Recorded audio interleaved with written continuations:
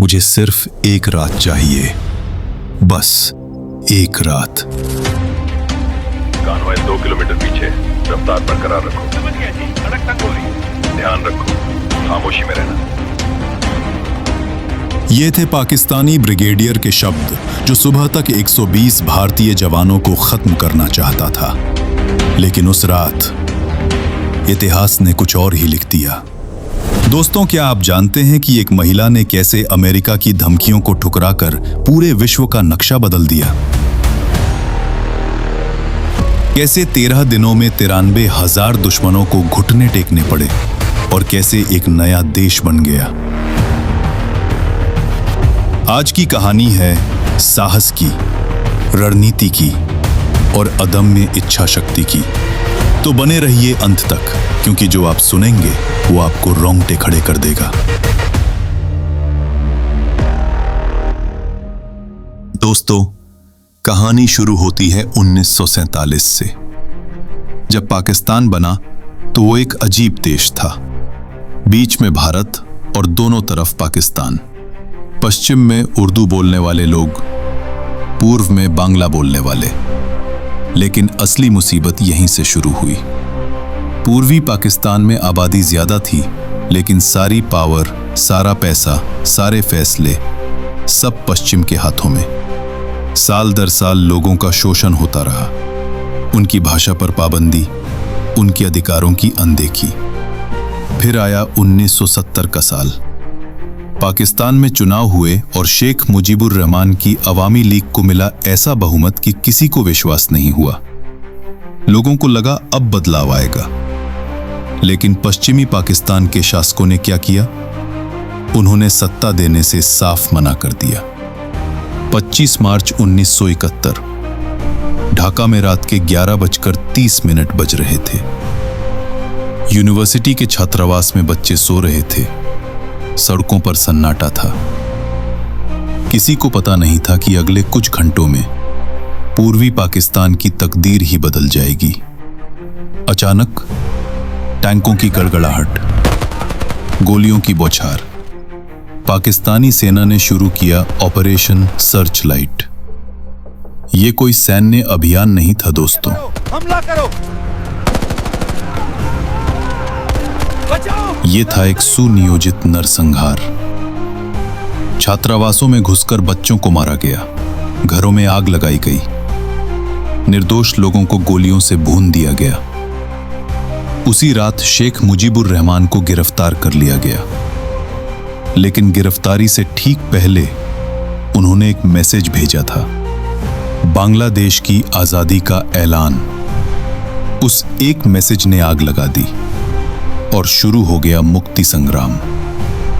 पाकिस्तानी सेना का दमन चक्र इतना भयानक था कि लोग अपनी जान बचाने के लिए भागने लगे।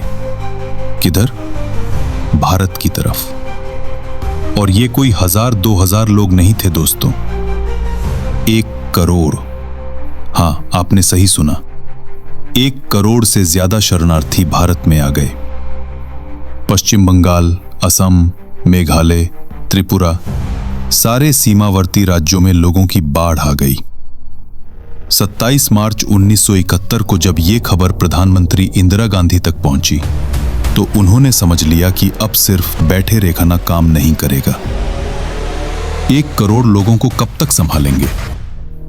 समस्या की जड़ को खत्म करना होगा। लेकिन दोस्तों, इंदिरा गांधी कोई जल्दबाजी करने वाली नहीं थी। उन्होंने शुरू किया एक मास्टर प्लान। पहला कदम, मुक्ति बाहिनी को मजबूत बनाना। भारतीय सेना ने बांग्लादेशी मुक्ति सेनानियों को ट्रेनिंग दी, हथियार दिए। ये लड़ाके पूर्वी पाकिस्तान में जाकर पाकिस्तानी सेना को परेशान करने लगे। Guerrilla warfare.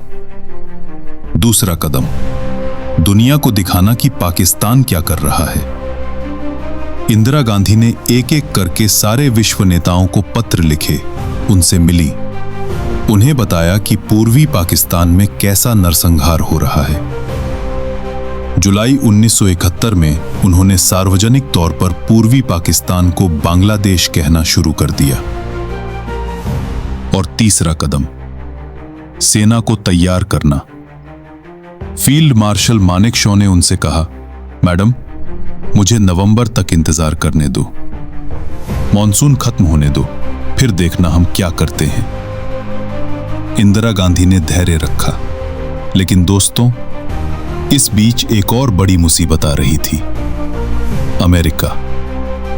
अमेरिकी राष्ट्रपति निक्सन पाकिस्तान के बहुत करीबी दोस्त थे।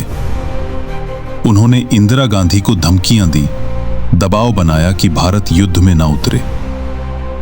लेकिन इंदिरा गांधी ने क्या किया? उन्होंने धमकियों को नजरअंदाज कर दिया। उन्होंने अमेरिका को साफ साफ कह दिया, हम मानवता के लिए लड़ेंगे, चाहे कुछ भी हो जाए। इसीलिए तो उन्हें कहते हैं आयरन लेडी।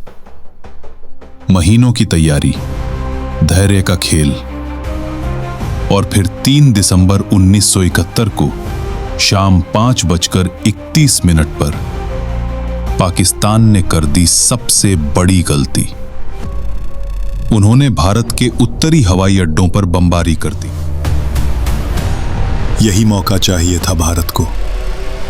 अब किसी को कुछ कहने का हक नहीं था।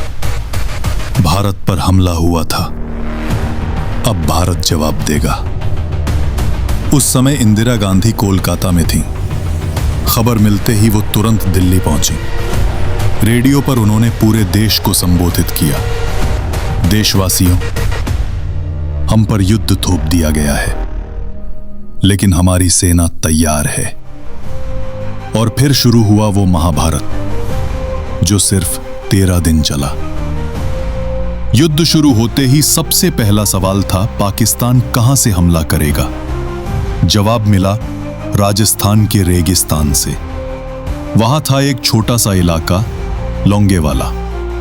5 दिसंबर की रात लोंगेवाला पोस्ट पर तैनात थे सिर्फ 120 भारतीय जवान। कमांडिंग ऑफिसर थे मेजर कुलदीप सिंह चांदपुरी। रात 12 बजे के आसपास अचानक सुनाई दी टैंकों की आवाज। दूरबीन से देखा तो मेजर चांदपुरी के होश उड़ गए। सामने थे 100 से ज्यादा टैंक, 2000 से 3000 पाकिस्तानी सैनिक। मतलब हर एक भारतीय जवान के सामने 25 दुश्मन। मेजर चांदपुरी ने तुरंत हेडक्वार्टर को मैसेज भेजा। जवाब आया, अगर संभव ना हो तो पीछे हट जाओ। लेकिन दोस्तों, मेजर चांदपुरी भारतीय सेना के जवान थे। उन्होंने फैसला किया, 1 इंच भी पीछे नहीं हटेंगे। रणनीति बनाई गई। रास्ते में जो माइंस थीं, उन्हें बिछाया गया और कुछ जगहों पर टिफिन बॉक्स रख दिए जो अंधेरे में माइंस जैसे दिखते थे। पाकिस्तानी टैंक रुक गए, डर गए कि कहीं और माइंस ना हो। पूरी रात चली मुठभेड़। 120 जवानों ने बारूद की एक-एक गोली का इस्तेमाल किया। हर शॉट काउंट करता था। हर गोली दुश्मन को निशाना बनाती थी। और जैसे ही सुबह की पहली किरण फूटी, आसमान में गूंज उठी भारतीय वायुसेना के हंटर विमानों की आवाज। पाकिस्तानी सैनिकों ने जब ऊपर देखा तो उनकी तो जान ही निकल गई। बूम बूम बूम, एक एक करके 90 पाकिस्तानी टैंक तबाह हो गए। और सबसे हैरान करने वाली बात, भारतीय जवानों में से किसी की भी जान नहीं गई। ये है भारतीय सेना का हौसला दोस्तों। लेकिन असली खेल तो अभी बाकी था।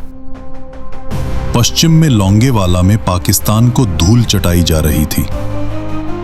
उधर पूर्व में भारतीय सेना ढाका की तरफ बढ़ रही थी। भारतीय सेना ने एक जबरदस्त रणनीति बनाई। 3 अलग-अलग दिशाओं से एक साथ हमला। पाकिस्तानी सेना समझ ही नहीं पाई कि किधर से बचे।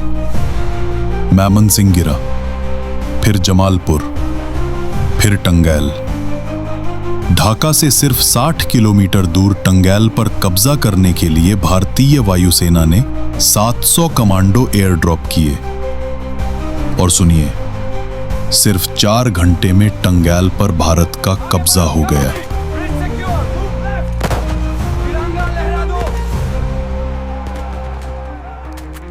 समुद्र में भारतीय नौसेना ने तो कमाल ही कर दिया। कराची पर हमला करके 10 पाकिस्तानी जहाज तबाह कर दिए। पाकिस्तान ने अपनी सबसे खतरनाक पनडुब्बी गाजी भेजी भारतीय विमान वाहक पोत को डुबाने के लिए, लेकिन भारतीय नौसेना को पता चल गया और गाजी को ही विशाखापत्तनम के पास डुबो दिया। 14 दिसंबर तक भारतीय सेना ढाका के एकदम करीब पहुंच गई थी। पाकिस्तानी जनरल नियाजी को समझ आ गया था कि अब खेल खत्म हो गया। 15 दिसंबर को एक मजेदार वाकया हुआ। पाकिस्तानी अफसरों की बैठक चल रही थी, तभी भारतीय वायुसेना ने उसी इमारत पर बम गिरा दिया। छत गिर गई, सब भाग निकले। यह था भारत की खुफिया जानकारी का कमाल। और फिर आई 16 दिसंबर 1971 की सुबह। ढाका का रेसकोर्स मैदान, लाखों बांग्लादेशी नागरिक जमा हो गए थे। सब जानते थे कि आज इतिहास रचा जाएगा। दोपहर को पाकिस्तानी जनरल अमीर अब्दुल्ला खान नियाजी हाथ में सफेद झंडा लेकर भारतीय लेफ्टिनेंट जनरल JS अरोड़ा के सामने खड़ा हुआ। एक कागज पर दस्तखत हुए और 93,000 पाकिस्तानी सैनिकों ने हथियार डाल दिए। दोस्तों, ये सुनकर रोंगटे खड़े हो जाते हैं। 93,000। यह था द्वितीय विश्व युद्ध के बाद का सबसे बड़ा सैन्य आत्मसमर्पण। सिर्फ 13 दिन। 13 दिन में एक नया देश बन गया। दुनिया के नक्शे पर उभर आया बांग्लादेश। जीत के बाद इंदिरा गांधी ने जो किया वो और भी बड़ा था। उन्होंने तुरंत युद्ध विराम की घोषणा कर दी। उन्होंने कहा, भारत को किसी की जमीन नहीं चाहिए, हमने मानवता के लिए लड़ाई लड़ी है। जब वो संसद पहुंची तो पूरी संसद खड़ी होकर तालियां बजाने लगी। विपक्ष के नेता अटल बिहारी वाजपेयी ने उन्हें दुर्गा की उपाधि दी। उन्होंने कहा, आज इंदिरा गांधी सिर्फ इंदिरा नहीं रही, वो बन गई हैं दुर्गा। बांग्लादेश ने उन्हें अपना सर्वोच्च सम्मान, बांग्लादेश स्वाधीनता सम्मान दिया। वो ये सम्मान पाने वाली पहली विदेशी थी। तो दोस्तों, ये थी कहानी 1971 की, जब 120 जवानों ने साबित कर दिया कि हिम्मत तोपों से ज्यादा ताकतवर होती है। जब एक महिला ने दुनिया की सबसे बड़ी ताकत को ठुकरा दिया, और जब 13 दिनों में भारत ने दुनिया को दिखा दिया कि हम किस लिए लड़ते हैं। यह सिर्फ युद्ध नहीं था, यह था इंसानियत की जीत। यह था भारतीय सेना के शौर्य का प्रमाण। यह था नेतृत्व का वो उदाहरण जो सदियों तक याद रखा जाएगा।